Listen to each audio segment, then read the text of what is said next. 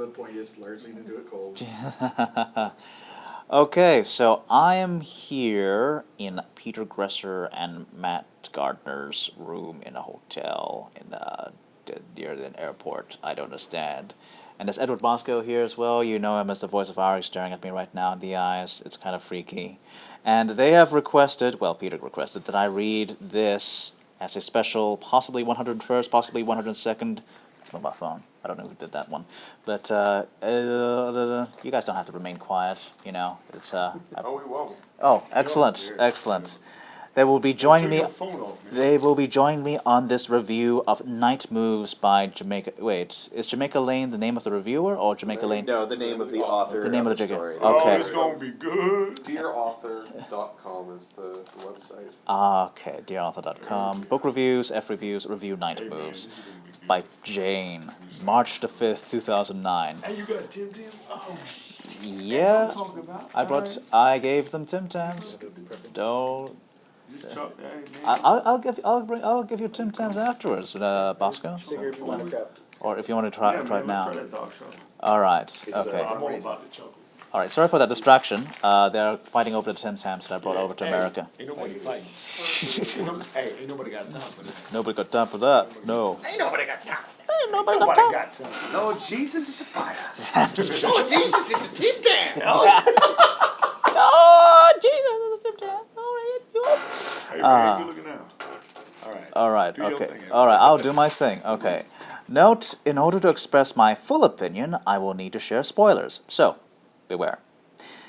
Dear Miss Lane, when Ravenous Romance first appeared on my radar, I blogged about it, and you were quick to come to inform us readers, and there's a link to that, but I won't bother clicking it, that this new e-press? E-press. Oh wait, is it meant to be electronic press? Yes. Okay. Electronic would blow the competition out the water from very early on. Given that you were also elevated from writer to editor in a short time, I thought it might be worthwhile to see exactly what was the force behind all the eruption. Night Moves is a time-traveling story featuring New Jersey toll booth supervisor Louise Jackson and the time-traveling Night Lord Verdigris. Is time-traveling like something that happens a lot in these sort of things? Because I had time-traveling Vikings as well in another You model. never know. I mean, you're just middle of the grocery store and all of a sudden... You're traveling through time, and then you're having sex with somebody in the past who probably will be like 4 feet tall because they and have syphilis. and have syphilis. But you know, what if you're into that, ladies? Then you know, go for it. They just called her Scaly Mary. Yeah. Hey, man, well played. That's what's up. So back to the review. Oh God. For her birthday, Louise Jackson is dragged to medieval worlds, dinner and tournament by her best friend. Deciding the wait for the women's bathroom is too long, Louise slips into the men's room in hope of relieving herself quickly. There she is assailed by the stench of the men's room and the sight of the gorgeous man at the urinal. And there's a quote here from the actual book, I assume. And the sight of the huge cock the knight is holding in his right hand as he shakes off the last few drops of pee is even more dazzling. Oh, dear Lord. And we're back to Jane's review. The sight is so dazzling that Louise's pee dries up and is replaced with moist desire. And we get to more quotes. I don't need to pee anymore. Now I just need to get laid. The knight gives me a knowing smile and jiggles his giant cock in my direction. You look like a fair maiden in need of a good visit from the codpiece, he says. This is a real book? Well, you can pay money for. Ron, you can pay money. Oh my God. Okay. Oh, my God. This sounds like a story I can tell. Back to the review. Frankly, I don't know of any visual more attractive or seductive than a guy dressed like a knight in a tacky dinner theater waving his post-pee whistle stick around. Louise is clearly a woman of discerning taste. She is She also is one who doesn't worry about any kind of hygiene issues because she is not at all concerned when pea-shaking man hands grab. Oh, right. Sorry. That was I would assume there would be a possessive S in there somewhere, but no. When pea-shaking man hands grab her and whisk her to the last stall in the bathroom that turns out to be, yes, a time-traveling portal. Oh, if Bill and Ted only knew that the phone booth wasn't the only way to break through the space-time continuum. Louise is barely phased, or... okay, so there's two. The first phase is P-H-A-S-E-D, or phase, F-A-Z-E-D. I'm assuming that... That no, means that... bothered. Yeah, okay. They're both... Phased with PH is transported. And phased with an F is bothered. Yes, bothered. Yes. I get the joke now. By the travel from the filthy men's urinal, where she was ready to take a ride on a knight's codpiece, to the knight's castle. She is ready for the knight of no name to fuck her brains out. And we get to another quote. I don't even know what century I'm in right now, and I don't care. All I care about is getting gorgeous mystery knight's giant codpiece up my twat in a hurry. I'd like to point out something just for historical accuracy for anybody who's paying attention to this. A codpiece is not a penis. No. A codpiece is clothing. She is essentially saying, I would like him to stuff his underwear up my vagina. It was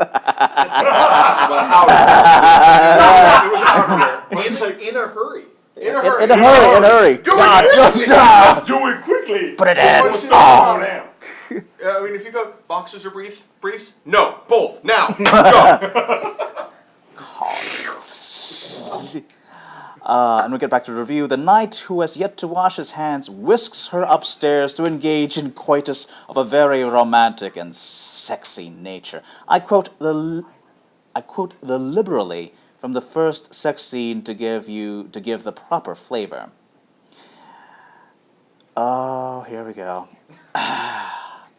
Here we go. Another couple flicks of my knight's supple wrists, and I find myself naked and thrown head first over the wooden bench.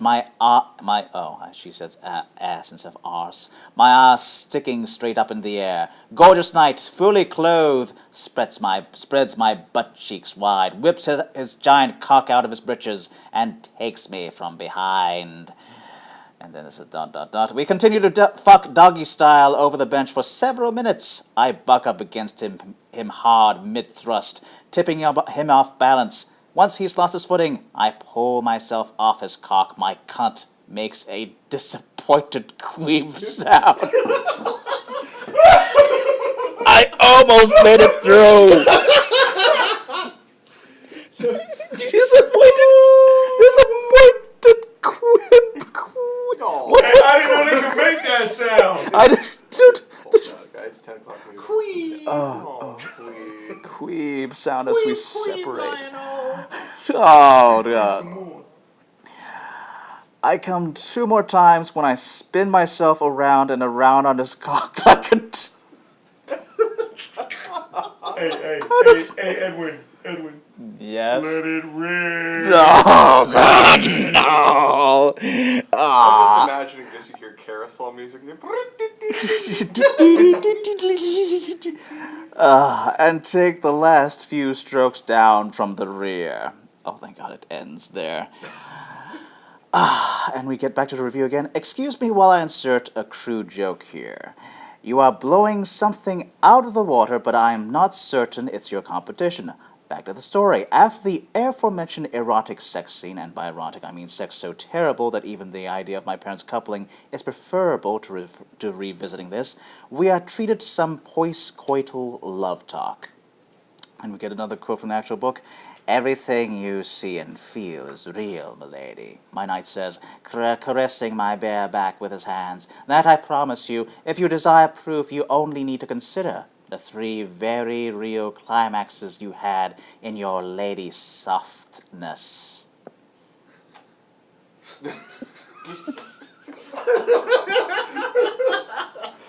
Not going to laugh. My eyes fly wide. How did you know I came 3 times? He grins wider.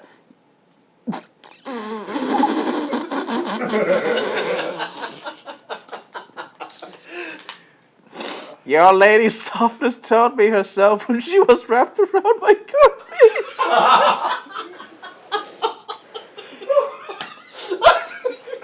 Can't even breathe. Lady's softness. I'm having an orgasm. Hey, thank you, Snob. Thank God it wasn't a disappointed queef sound.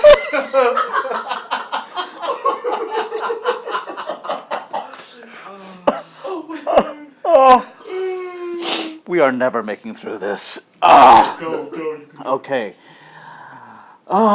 Mystery Knight, however, is not entranced by Louise's lady softness for long because he soon escorts her to the Hall of Harlots, where he keeps the women that he's captured from all over the world through many centuries. Even though Louise is initially shocked at being stuck in the Hall of Harlots, she is reassured by Lord Verdigris, oh dear Lord, Verdigris, master of the hourglass, that being a whore for him and his knights is really an honor. She'll be well cared for and reside in luxury, and in exchange, she just needs to open her legs to whomever desires her to do so. And then there's an update, apparently. Someone asked me if there was a plot to the story, and there is. Lord Verdigris... Did I say? Oh my God, I said it right. Verdigris is not the nicest guy, and Louise, with the help of one particular lover from the Regency period and another knight with vengeance quest against Verdigris, challenge Lord Verdigris's hold over the captives of his court. Louise is a plucky heroine and decides that she'll be the very best harlot in the Hall of Harlots, despite Lord Verdigris having tasted the pleasures of harlots and courtesans from every age in the known world's history, from ancient Greece and Rome to the Renaissance to the far-flung future. That was all quotes, by the way. Somehow, despite Lord Verdigris's vast experience and extensive travel, Louise manages to come up with a sexual expertise that Lord Verdigris has never experienced. Louise becomes a dom for Verdigris and all his knights Louise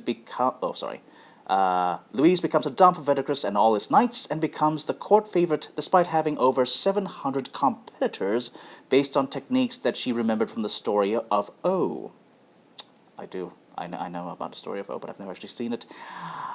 Her ability to wield a paddle on the cross of satisfaction is unparalleled, and soon Lord Verdigris is beckoning for her. And then we get a quote here. And 'tis time for us to partake of pleasure's fruit again, milady. My codpiece has desired your lady's softness all day long. I love you. I feel it in my boxes. I feel in boxes, in my underwear, in my underoos. In my jockstrap. I want to put my underoo deep inside you. That's not part of the book, but it should be. Which is good, because then we get to find out that he sweats buckets of happy juice. And then we get another quote. His erection is enormous, pointing at an almost 90-degree angle up towards his chin, and his glands is sweating buckets of happy juice. Oh, God. I thought that he sweats bucket of happy juice when that was in the review. I thought, oh, okay, so that's an analogy for what the actual sentence is in the book. But no, the book actually uses the term sweating buckets of happy juice. That's great. That's really wonderful language that you're using in this book, my good madam, sir. I don't know who wrote this. I forgot who. Oh, Jamaica Lane. Is that a girl's name, guy's name? I don't know. It's a girl, but it's definitely a pseudonym. Yeah, okay. These are 2 big secretors. Her crotch turns to cream, turning my crotch to cream. She leaves a trail of juice down his chest. I slide down his chest, leaving a trail of my nectar on his skin. So she's a snail. Yes! She did that with her soup. Yep. So Oh, oh, I'm sorry. Her vulva is liquefied. My vulva is sweating a sea of slick salt water. Hey man, that's gonna kill that slug. God. Oh. Well, Lady Softness is wet dripping. It's not despite, it's besides. Why did I read that as despite? I have no idea. Besides the overwhelming amount of fluid expulsion, there was also, besides the overwhelming amount of fluid expulsion, there was also the outsized genitals. His was 10 inches, and her clit was so large that, well, let me just quote it. The walls of my vag vibrate and pulse at warp speed, and my labia are so swollen they pound out a drumbeat as they slap up and down against the length of Lord Vedicris's cock. Vibrate and pulse at warp speed? Really? That's... Engage. Oh. Hey man. Stop queebing. Stop queebing. Hey, quit that queebing. Boy, come over there and knock it out. She can't take any more cream! Oh, God. I'm not sure what I found most far-fetched in this story. Was it the instant acceptance that Louise had of being swept through the urinal time-traveling portal? Was it ease at which Louise decides being a whore is something to embrace? Was it the ridiculous love scenes that included queebs, references to lady softness, lady fingers, her volcanic crotch? That's something. I mean, it's burning. So. Yes, and then it erupts in a giant gush of magma or Killing salt water. everybody underneath. Yes. Magma. Was it the fact that there was some weird editing glitch wherein Chapter 5 included the words page break at the top? Ooh, that's amateur hour there. It could have been the fact that her hoo-ha was so powerful, it could make people immortal. What? Perhaps it was the scintillating dialogue that includes, I moan, completely losing control. I come so hard I see stars. Or perhaps it was the casual declaration of lesbian love that she embraces at the Harlot's Hall when she gets her first fisting treatment. I'm suddenly beginning to appreciate the saying, once you've gone lesbo, you never go back. That's not the saying. That's not a saying. That's not a saying. I don't think anyone's That's ever... simply not a saying. That doesn't That rhyme. thing has never existed. Just when I think it can't get any more intense, Mabel plunges her arm into me well past her wrist. I've got lady fingers stuck up both ends, and I'm loving it. I would like to point out that lady fingers are small kids.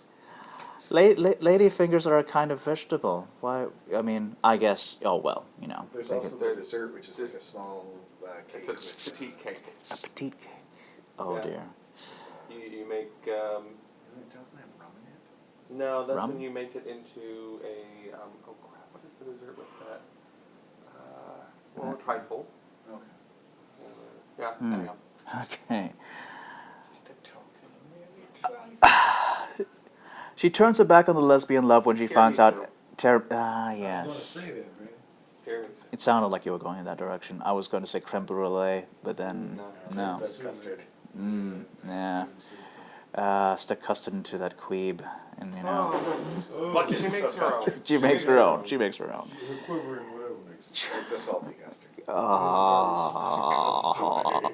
What are you doing right now? She turns her back on the lesbian love when she finds out it's all a plot to reduce her position from Lord Vedicris's favorite. Or was it the finale where Lord Vedicris and Louise engage gangsters in Philly in a Yo Mama challenge, where the dialogue is vaguely insulting to the people of color? Yeah, man, that's bullshit. It's hard to say. Okay, let me read this. As a matter of fact, I do, I say. My friend over here, I point to Lord Vedicris, is from Philadelphia, and he and I have a bet to settle before we scope out any property for Mr. Trump. And I've decided that we'll settle the bet with a game of Yo Mama. Winner takes all. I need some street-smart guys to judge the game. Y'all up for that? The gangbangers laugh, slap hands, and nod. Hell yeah, Again, says the in leader. context, gangbangers, wrong word to use. Yeah, Just that's really no wrong. Or right. Man, this I don't know how the scene ends. man, that's racist. I don't know how the scene ends. We always got time for a game of Your Mama. Which of y'all gonna start? And I don't know what to Is this do. a song of the South? You don't know how Hey, you no, Brer that's, Rabbit? no, that's how black people say it in Australia. Are you Brer Rabbit? I guess Instead of love. accents, he does quaaludes. Oh, this is almost done. Lord Vedicris holds up his hand. I require no explanation, Lady Louisa. We play a version of this game in my own time. The game 'tis as ancient as the Romans. The gangbanger stared at him. Damn, that dude talk funny. I'm not allowed to do black people. I'm never allowed to do black people. Man, little when I never done do this again. I promise it, mama. Damn, that dude talk funny, says one of them says. You black people? He don't sound like he's from no Philly either, said another says. You know, it's that Mickey Mouse trying to be black. No! Damn, that dude talk funny. That's Michael Jackson trying to be black. Yeah, that's Michael Jackson Trying to be black. Oh, he don't sound like he from no Philly neither, another says. Hey man, where's Nyla? If this is not the worst book I've read, it comes close. I'm actually not sorry I bought it. I now know what being blown out of the water feels like and can be prepared the next time someone makes a claim about their work in such a way. Signed, F. Oh, no, it's just F. Best regards, Jane. And then there's a recommendation. I encourage everyone to buy this ebook at Ravenous Romance at the low price of $4.99. I've left out some choice group scenes and the Yo Mama fight between Lord Vedicris and Louise. You know you want to read it. I actually kind of do. Well, that was the review for Night Moves by Jamaica Lane by Jane. Oh, I don't know what her full name is. Oh, sorry. Yes, from dearauthor.com. It's Jane Litte. Litte? Litte? That sounds right. I'm not sure. Yeah. But yeah, that was fun. A group reading. So day 101 or 102, I don't know which one this would be, but for the post 100 Days of Narration challenge, I guess it is. Yeah, hoped you enjoyed that. See you next time when I do one of these weird things, whenever my friends decide to request these crazy things. Okay, that was good. Oh my god. So how horribly offensive is that? Hey, you seem like a cool, wonderful, and/or awesome individual with impeccable taste in voice actors. So why not follow me on Facebook or Twitter? You can keep up with the latest projects I'm in, or that my friends are in, or that you could be in, because I occasionally post links to open editions to various projects that require voice acting out there, or that nobody's in, but they're interesting projects nonetheless that you may also find interesting. Also, lots of random thoughts about whatever's on my mind at that particular moment. Usually it's about food or video games, or foodie video games. Anyway, you can follow me on Facebook at OmadonVA or Twitter at Omadon. Hope to see you there.